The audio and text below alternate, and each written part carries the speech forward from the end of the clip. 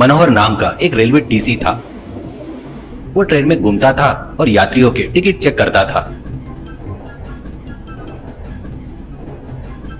मनोहर का दिल बहुत नरम और दयालु था। अगर कोई यात्री कहता कि वो गरीब है करके उसके पास टिकट खरीदने के पैसे नहीं है, तो मनोहर उससे कहता, क्या आपको नहीं पता कि बिना टिकट के यात्रा करना अपराध है? इसके लिए तुम्हें जुर्माना और जेल दोनों हो सकती है। अगर आप पकड़े गए तो मेरी नौकरी भी जा सकती है। क्या आपको पता है क्या? अगली बार ऐसे मत करना, इस बार मैं आपको छोड़ रहा हूँ। और उसे जाने देता है। इस तरह वो ट्रेन में घूमकर बेचने वालों से भी कहता था, तुमने अभी तक लाइसेंस रिन्यू नहीं करवाया तो करवाओ, नहीं तो ट्रेन में लाइसेंस के बिना कुछ भी नहीं बेच सकते, अपराध है। अगली बार जब भी दिखोगे लाइसेंस रिन्यू करवा कर दिखना, नहीं तो अच्छा नहीं होगा। एक दिन एक व्यक्ति एक बूढ़े आदमी को साथ लेकर मनोहर के घर आया। मनोहर ने कहा, अरे विशाल, कितने दिनों बाद मिले, कहाँ गायब हो गया रे? कॉलेज के बाद तो पता नहीं चला, कैसे हो, क्या कर रहे हो? और ये बुजुर्ग कौन है? विशाल, हाँ यार, कॉलेज खत्म होने के बाद मैं मुंबई चला गया था। वहाँ पर प्राइवेट कंपनी में अकाउंटेंट की नौकरी कर रहा हूँ। अब मैं मैनेजर बन गया हूँ। इतने दिनों तक तुम्हारा नंबर मेरे पास नहीं था, इसलिए मैं सीधे मिलने तुम्हारे शहर आया हूँ। ये मेरे दादाजी है, इन्हें किसी पर निर्भर होकर जीना पसंद नहीं है। अगर मैं इन्हें कहूँ कि घर पर रहिए, इस उम्र में आप क्या काम करोगे, तो ये सुनते नहीं। इन्हें ट्रेन में छोले चावल बेचने का मन है, लेकिन लाइसेंस के लिए अप्लाई किया है पर लागत नहीं है। अगर आप थोड़ी दया दिखा दो तो ये आपकी ट्रेन में छोले चावल बेच लेगा। प्लीज मना मत करना। विशाल, अरे मैं मना क्यों करूंगा? इस उम्र में भी इन्हें काम करने की जो इच्छा है वो सचमुच काबिले तारीफ है। दादाजी, आप बेझिझक ट्रेन में छोले चावल बेच सकते हैं। अगर कोई पूछा तो मेरा नाम बता दीजिएगा। दादाजी, धन्यवाद बेटा, मेरे पोते ने तुम्हारे बारे में बहुत बढ़िया बताया था और ये सब कुछ सच लगता है। जल्दी से जल्दी मुझे मेरा लाइसेंस मिल जाएगा, मिल ही जाएगा, तो मैं आपको बिल्कुल परेशान नहीं करूंगा। इतना कहकर दोनों वहां से चले गए। अगले दिन ट्रेन में ड्यूटी के दौरान मनोहर को दादाजी दिखे। वो घूम घूम कर बेच रहे थे और कह रहे थे, अरे गर्मा गर्म छोले चावल ले लो बाबू, गर्मा गर्म छोले चावल ले लो मैडम, ऐसे चिल्ला रहे थे। उन्हें देखकर मनोहर ने सोचा, अरे चलो कोई बात नहीं, बेचारे बूढ़े व्यक्ति को अभी कोई परेशानी नहीं है, और उनके पास गया।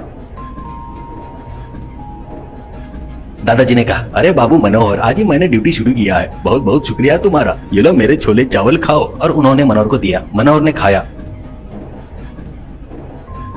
और पैसे देते हुए कहा, बहुत स्वादिष्ट है दादाजी, एक प्लेट कितने का है दादाजी? ऐसे कहा। दादाजी ने कहा, बेटा एक प्लेट 100 रुपए का ही है, लेकिन बेटा मैं तुमसे कैसे पैसे ले सकता हूँ, रहने दो बेटा। मनोहर ने कहा, आप भी कमाल करते हैं दादाजी, मुझे ऐसे खाना पसंद नहीं है, ये लो, और पैसे देकर चला जाता है। इस तरह दादाजी रोज ट्रेन में छोले चावल बेचने लगे।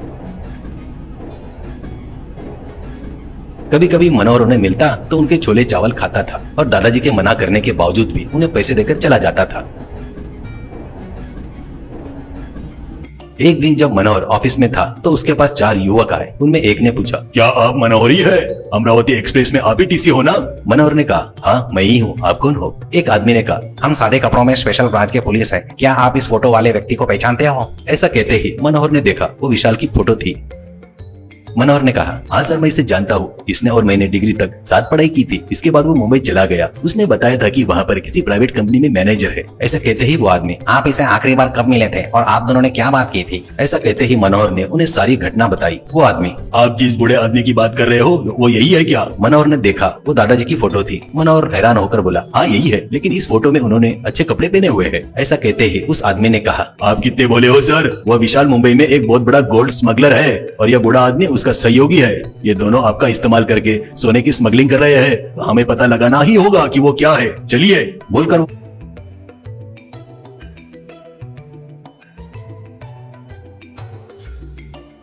वो सब ट्रेन में गए और ढूंढे तो दादाजी छोले चावल बेचते हुए मिले। पुलिस ने उन्हें पकड़ लिया। उन्होंने छोले चावल वाले बक्से में देखा, चावल के नीचे सोना मिला। पुलिस ने कहा, चोर कहीं के, इस तरह से तस्करी कर रहे हो? देखा मनोहर जी, आपने आदमियों को सोने वाले बक्से देकर स्मगलिंग करवा रहा था और आम लोगों को मामूली छोले चावल बेच रहा था। सर आप तो आंख बनकर किसी पर भी भरोसा करते हो। किसी पर आंखें बंद करके भरोसा करना कितना खतरनाक हो सकता है, आपकी नौकरी भी जा सकती थी। ऐसा कहकर वो लोग उसे लेकर चले गए।